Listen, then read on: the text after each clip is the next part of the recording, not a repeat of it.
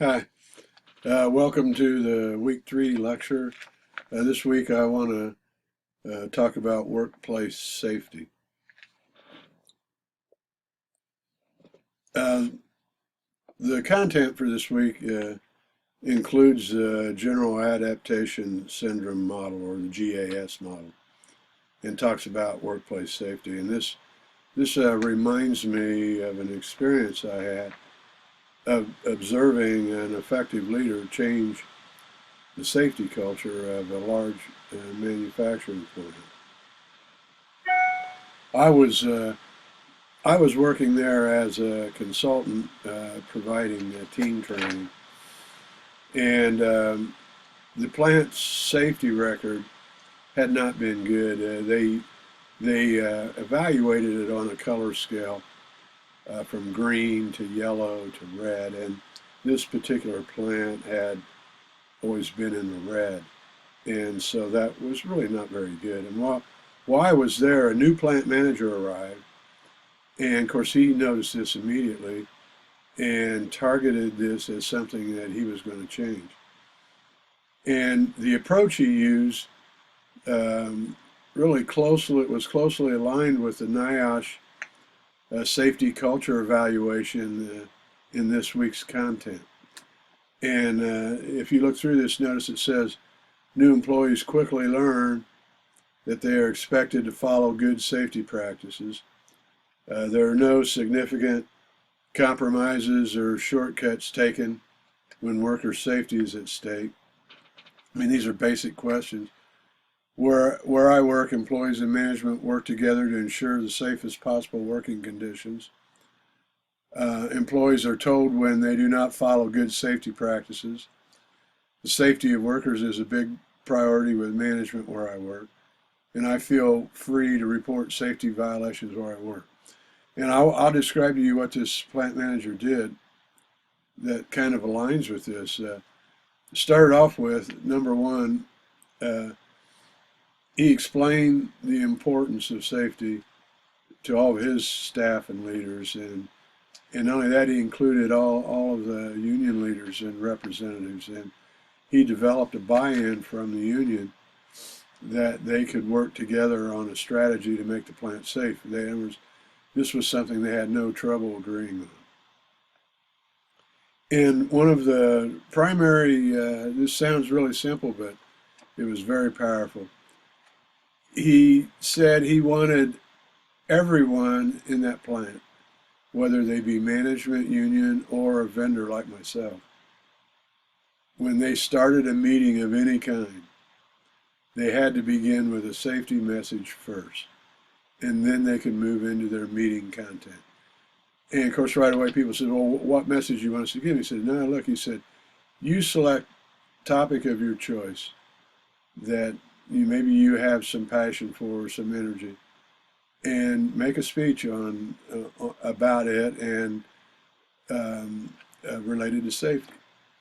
Now, he personally, because he had a lot of passion for the topic, he collected pictures of unsafe conditions or results of unsafe conditions, and he had a personal presentation on safety that was very powerful, and it was entertaining. It held people's attention.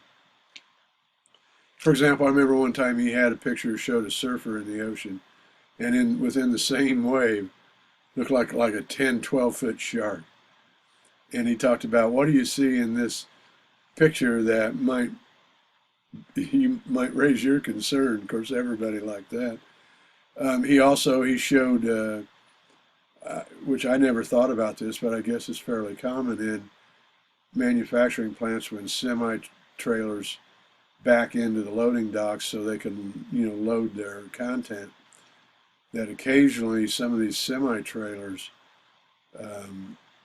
which were old, the bottom would literally give out. And the fork truck driver loading parts onto the trailer would fall all the way to the ground while on the fork truck, which meant that it was just random however they landed, whether they would be hurt or not. And he had pictures of this. So, I mean, it was a great presentation. Um, he had an agreement from both union and management leaders to confront all unsafe acts. In other words, if anybody saw anything unsafe, say for example, an employee not wearing their safety glasses or hearing protection or using a cell phone while walking down an aisle that had fork truck traffic, to stop the person and in a very respectful way, just simply ask them to comply with the Safety Act and remind them that it was very important. In other words, they wanted to embrace and engage workers so that they join this this commitment to change safety. And so he was making safety a #1 priority with all employees, no matter who they were. And sure enough, there was steady improvement, and after by the end of the year of doing this, the culture went from red to green, and it was sustainable, which is very important. And so he actually changed the culture, and that was powerful to watch that intervention, to see just how he went about doing that. I also wanted, I think sleep's related to this, and it's also a topic this week. So I wanted to talk just a little bit about sleep. When I'm in, when I do consulting, it's mostly manufacturing organizations, but when I work with employees, and I ask them, how many hours of sleep do they tend to get on the average night? And the majority answer I get is 4 hours per night. And I'm willing to argue that's simply not enough sleep for the majority of people. There may be an exception, but I even wonder about that. For example, I think it's President-elect Trump claims that he simply doesn't need much sleep, and actually he sleeps, I think, less than 4 hours per night.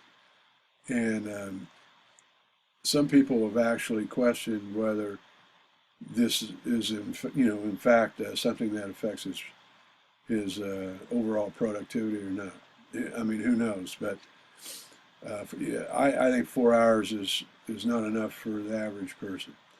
The General Adaptation Syndrome model talks about sleep deprivation reduces a person's ability to resist stress, which is the very first stage, is trying to resist the stress. So this puts them in makes them more vulnerable to the stress.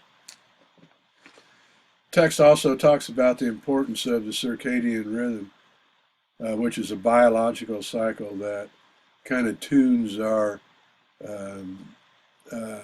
sleep and wake cycle, and it's related to exposure to sunlight.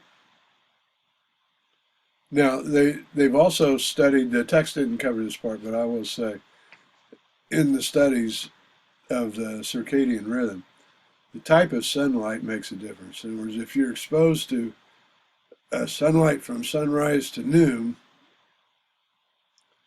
it tends to facilitate earlier rise. So it'd be earlier bedtime, earlier rise.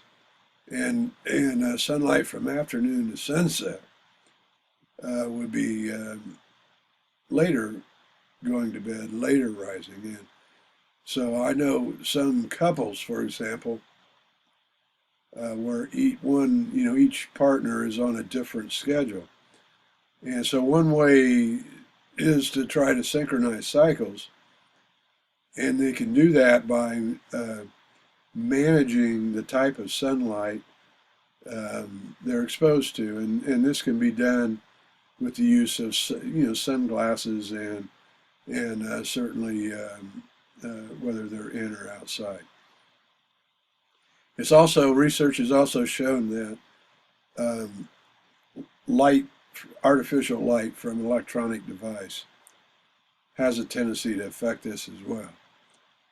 For example, for some people, Exposure to light from electronic devices right before bedtime delays their ability to go to sleep.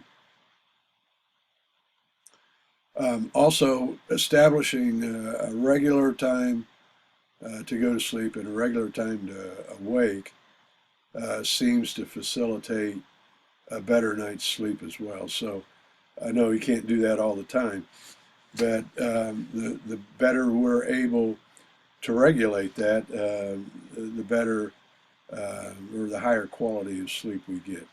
Now, sometimes this is related to time management because people they go to bed later or get up earlier because there's something they need to do.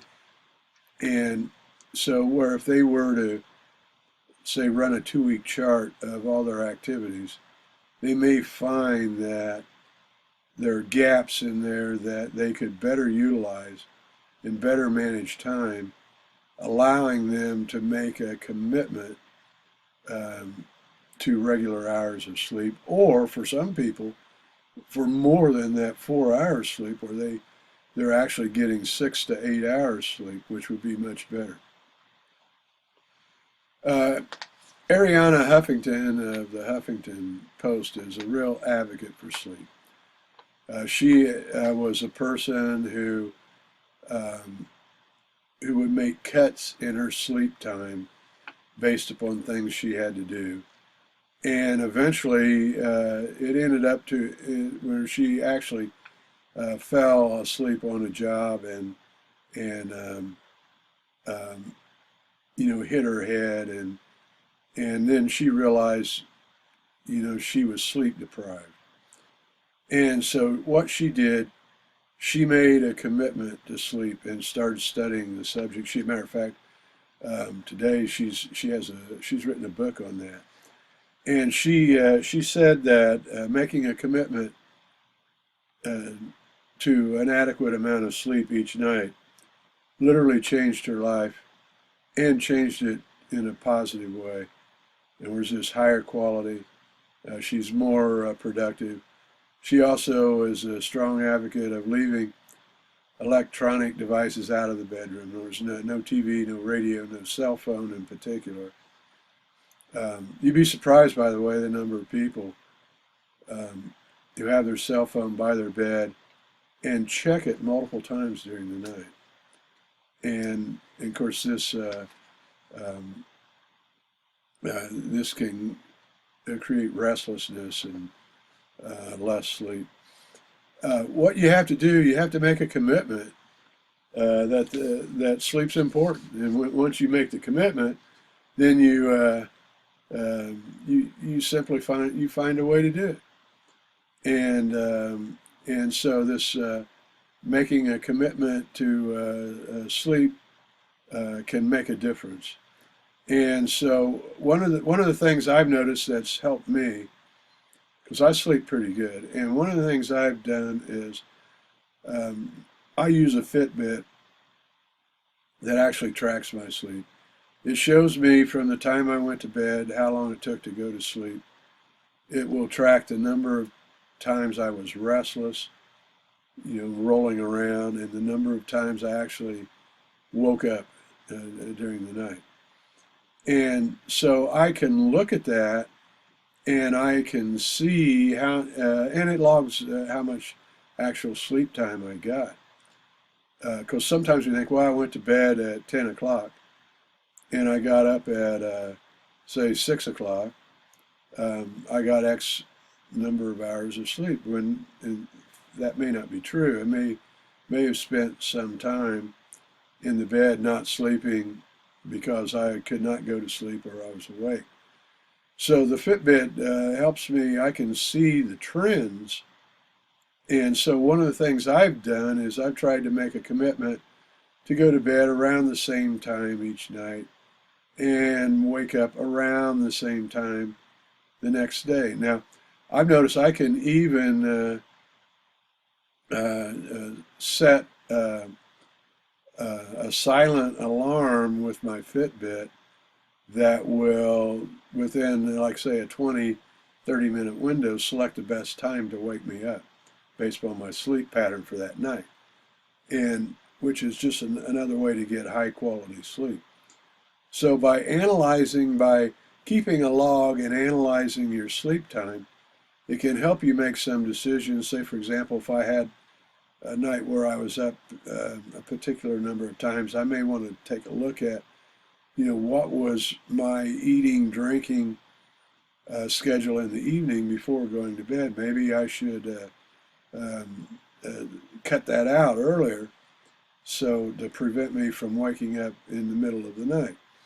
And so the tracking it and using the data can help you make decisions, and as you make a commitment to the importance of sleep.